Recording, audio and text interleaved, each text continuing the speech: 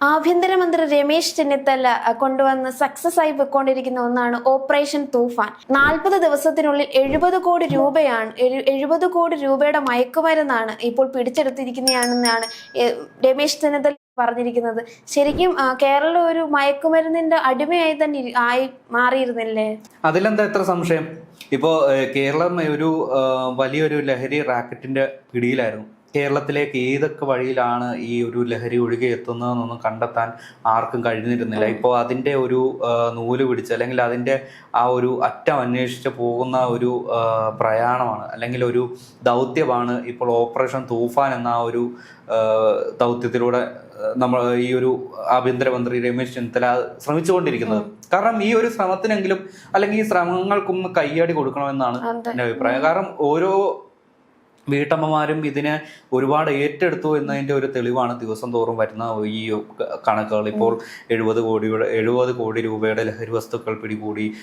ഇപ്പോൾ 6000 കേസുകളിലായി 7000 പേരെ അറസ്റ്റ് ചെയ്തിട്ടുണ്ട്. അത് പ്രായമോ അല്ലെങ്കിൽ അവരുടെ ആണോ പെണ്ണോ അല്ലെങ്കിൽ എങ്ങനെ ലിംഗവ്യത്യാസം ഇല്ലാതെയാണ് ഇതുപോലെ ലഹരി കേസുകളിൽ പെട്ടവരെ പിടിച്ച് അറസ്റ്റ് ചെയ്യുന്നു.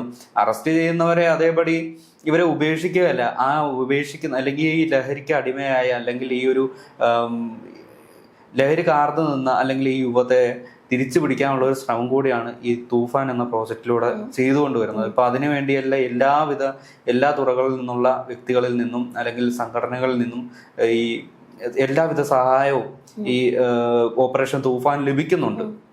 ഇപ്പോൾ ഓപ്പറേഷൻ തൂഫാൻ കേരളത്തിൽ മാത്രമല്ല, കർണാടക, തമിഴ്നാട് പോലെയുള്ള സംസ്ഥാനങ്ങളെ ഏകോപിപ്പിച്ചാണ് അദ്ദേഹം രമേശ് ചെന്നിത്തല ഇത് കൊണ്ടുപോകുന്നത്. കുറച്ച് ദിവസത്തിനുള്ളിൽ തന്നെ കൊച്ചിയിൽ വിജയ് എത്തുമെന്നുള്ളൊരു വാർത്ത കണ്ടിരുന്നു. എനിക്ക് എക്സാക്ട് ഡേറ്റ് അറിയില്ല. വിജയും മോഹൻലാലും ആഭ്യന്തരമന്ത്രി എല്ലാം കൂടെ ചേർന്ന് ഒരു ക്യാമ്പയിൻ ചെയ്യുന്നുണ്ട്. അപ്പം ഇത് ഒരുപാട് ഫാൻസിനും കൂടെ ഒരു അട്രാക്ട് ചെയ്യാനായിട്ട് പറ്റുമായിരിക്കും. കാരണം ഇത് ഇറങ്ങിക്കഴിഞ്ഞാൽ ഒരുപാട് ഇവർ അന്ധമായ ഫാൻസുകാരും ഇവരെ സപ്പോർട്ട് ചെയ്ത് ഈ ലഹരിക്കെതിരെ ഇറങ്ങാനുള്ള എല്ലാ ചാൻസും കാണുന്നുണ്ട്. പിന്നെ തീർച്ചയായും നമ്മുടെ ലൂസിഫർ സിനിമയിൽ സ്റ്റീവൻ പറഞ്ഞ ഒരു ഡയലോഗില് നാർക്കോട്ടിക്സ് അതിനു മുമ്പ് 20ാം നൂറ്റാണ്ടിൽ സാഗർ എലിയാസിയും പറഞ്ഞിട്ടുണ്ട്. ആ ഒരു ഡയലോഗ് റിമോളിഷ് ചെയ്യുന്നതാണ് ഇപ്പോൾ ഈ ഒരു മോഹൻലാൽ തൂഫാന്റെ ബ്രാൻഡ് അംബാസിഡർ അല്ലെങ്കിൽ തൂഫാൻ വാരിയർ എന്ന ഒരു ലേബലിലേക്ക് എത്തുമ്പോൾ ആ ഒരു ഫാൻസുകൾ അല്ലെങ്കിൽ ഈ ഒരു മോഹൻലാലിന്റെ ഇഷ്ടപ്പെടുന്നവർ ഒരു പക്ഷേ ഈ ഒരു ലഹരിയിൽ നിന്ന് വിട്ടു നിന്നാൽ അല്ലെങ്കിൽ മോഹൻലാലിന്റെ ഒരു ഇൻഫ്ലുവൻസ് കൊണ്ട് ഈ ഒരു ലഹരി ഉപയോഗിക്കുന്നവരായി ഈ ഒരു ശ്രമത്തിൽ നിന്ന് വിട്ടു നിന്നാൽ അതും ഒരു വിജയമല്ലേ? ഇപ്പോൾ നമുക്കറിയാം മോഹൻലാലിൻ്റെ ഒരു സിനിമ തിയേറ്ററിൽ വരികയാണെങ്കിൽ, ഒരു ഫാമിലി മൂവി സിനിമയിലേക്ക് വരികയാണെങ്കിൽ ചെറിയ കുട്ടികൾ മുതൽ വലിയ പ്രായമായിട്ടുള്ള കുടുംബങ്ങൾ വരെ, അച്ഛനും അമ്മയും അല്ലെങ്കിൽ എല്ലാവരും അടങ്ങിയ ഒരു കുടുംബത്തോടെയാണ് ആ ഒരു സിനിമ കാണാൻ വേണ്ടി തിയേറ്ററിലേക്ക് എത്തുന്നത്. അതുപോലെയാണ് ഈ ഒരു സംഭവം. അതായത് മോഹൻലാൽ ഒരു മെസ്സേജ് കൊടുക്കുകയാണ്, ഇത് നിങ്ങളുടെ കുടുംബത്തിനെ രക്ഷിക്കുന്നതിന് വേണ്ടി അല്ലെങ്കിൽ നിങ്ങളുടെ തലമുറയെ തന്നെ വീണ്ടെടുക്കുന്നതിന് വേണ്ടിയുള്ള ഈ ഉദ്യമത്തിൽ എനിക്കൊപ്പം നിങ്ങളും കൂടി ചേരണം എന്ന് മോഹൻലാൽ നേരിട്ട് വന്ന് ഈ തൂഫാൻ വാരിയറായിട്ട് പറയുമ്പോൾ അതിൻ്റെ ഒരു ഇമ്പാക്ട് വലുതാണ്. ഇപ്പോൾ മോഹൻലാൽ മാത്രമല്ല, തമിഴ്നാട് മുഖ്യമന്ത്രിയായ വിജയ് എത്തുകയാണ്. ഇപ്പൊ കേരളത്തിന്റെ ദത്തുപുത്രൻ എന്ന നിലയിലായിരുന്നു ഈ മുഖ്യമന്ത്രി ആവുന്നതിന് മുമ്പ് വരെ. ഇപ്പോഴും ഫാൻസിന് കുറവൊന്നുമില്ല. ഇതിനു മുമ്പ് വരെ കേരളത്തിന്റെ ദത്തുപുത്രൻ എന്നൊരു ലേബലായിരുന്നു വിജയ്ക്ക് ഉണ്ടായിരുന്നത്. അപ്പൊ വിജയുടെ ഈ ഒരു തമിഴ്നാടിന്റെ ഒരു കണക്ഷനും എല്ലാം കൂടി ആകുമ്പോൾ കേരളവും തമിഴ്നാടും ഇങ്ങനെ കൈകോർക്കുമ്പോൾ ഈ രണ്ട് സംസ്ഥാനങ്ങളിലേക്കുമുള്ള ആ ഒരു ലഹരിയുടെ ഒരു കുത്തൊഴുക്കുണ്ടല്ലോ, അതിനെന്തൊക്കെ വന്നാലും ഒരു പരിധി അല്ലെങ്കിൽ അറുത് വരാൻ ഒരു കാരണമാകും. കൂടാതെ ഉത്തരേന്ത്യൻ സംസ്ഥാനങ്ങളിൽ നിന്നുള്ള DGPമാരുമായിട്ടുള്ള ഒരു കോൺവെർസേഷൻ ഇതുമായിട്ട് നടന്നു കഴിഞ്ഞു.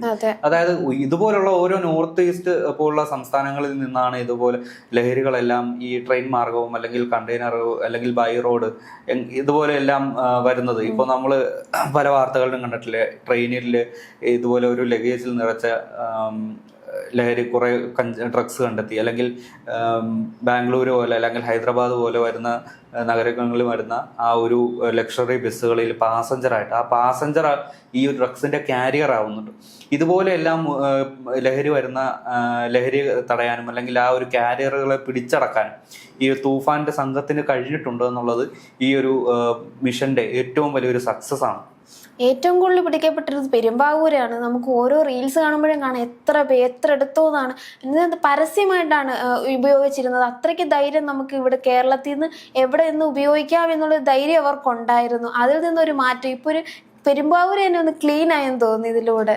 പക്ഷേ പെരുമ്പാവൂർ തികച്ചും അല്ലെങ്കിൽ പൂർണ്ണമായും ക്ലീൻ ആയോ എന്ന് എനിക്ക് ഒരു കാരണവശാലും പറയാൻ കഴിയില്ല. കാരണം അവിടെയുള്ള ആ ഒരു ബായ് കോളനിയിൽ ഡ്രഗ്സിന്റെ ആ ഒരു ഇൻഫ്ലുവൻസ് വളരെ അധികമാണ്. ഇപ്പം ഞാൻ മുമ്പ് പറഞ്ഞില്ലേ, നോർത്ത് ഈസ്റ്റ് സംസ്ഥാനങ്ങളിൽ ആസാം, ഇപ്പോൾ മിസോറാം, മേഘാലയ അതുപോലുള്ള സംസ്ഥാനങ്ങളിൽ അല്ലെങ്കിൽ ബീഹാറിൽ നിന്നുള്ള വരുന്ന അന്യസംസ്ഥാന തൊഴിലാളികളാണ്.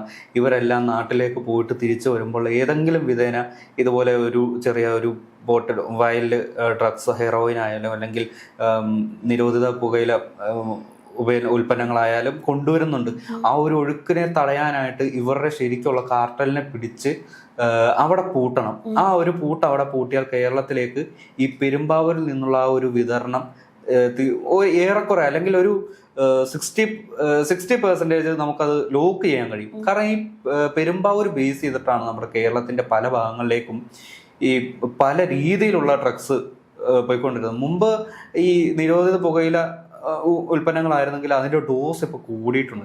ഹെറോയിൻ, കൊക്കൈൻ അതുപോലുള്ള കൂടിയ ഡ്രഗ്സുകളാണ്. ഇപ്പോൾ ഹൈബ്രിഡ് കഞ്ചാവ് വരെ വരുന്നത് ഈ പെരുമ്പാവൂർ ബേസ് ചെയ്തിട്ടുള്ള സ്ഥലത്ത് നിന്നാണ്. ആ ഒരു ബേസ് ക്യാമ്പിൽ നിന്നാണ് ഈ കേരളത്തിലെ എല്ലാ ജില്ലകളിലേക്കും ഡ്രഗ്സ് കുത്തി ഒഴുകുന്നത്. ക്യാരിയറായിട്ട് വരാൻ വേണ്ടി പ്രത്യേകം ആളുകൾ അല്ലെങ്കിൽ പ്രത്യേകം ഈ ഒരു ഇതര സംസ്ഥാന തൊഴിലാളികളെയും അല്ലെങ്കിൽ ചെറിയ കുട്ടികളെ വരെ ഉപയോഗിക്കുന്നത്. ഈ ചെറിയ കുട്ടികളെ വരെ ഇത് ഉപയോഗിപ്പിച്ച് ഇതിനോടുള്ള അഡിക്ഷൻ കൂട്ടുകയാണ് ശരിക്കും ഈ ഡ്രഗ് കാർട്ടലുകൾ ചെയ്യുന്നത്.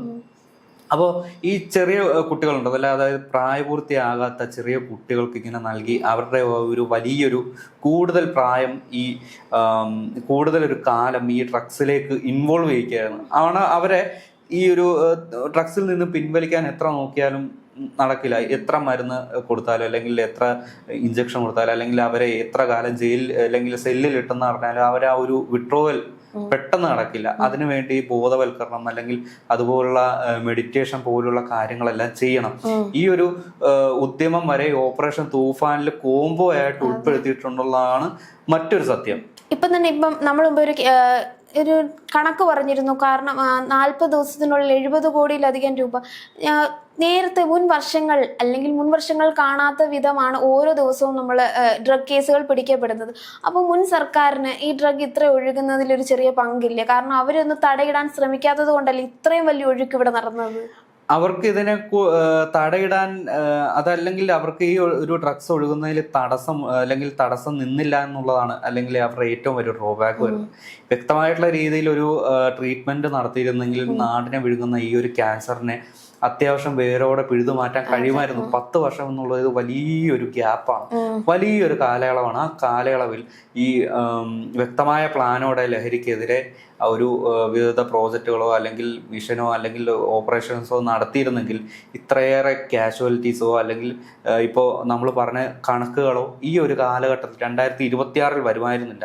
ഇപ്പോൾ 2021 മുതൽ 5 വർഷം, ഈ 5 വർഷത്തെ ഗ്യാപ്പിൽ ഈ ഒരു മിഷൻ ഒരു ലാഗും വരുത്താതെ നടത്തിയിരുന്നെങ്കിൽ ഇത്രയേറെ കാഷ്വാലിറ്റീസോ അല്ലെങ്കിൽ ഡ്രഗ്സ് എഫക്റ്റ് ചെയ്യുന്ന ഒരു തലമുറയോ നമുക്കുണ്ടാവുമായിരുന്നില്ല. അതാണ് പറയുന്നത്.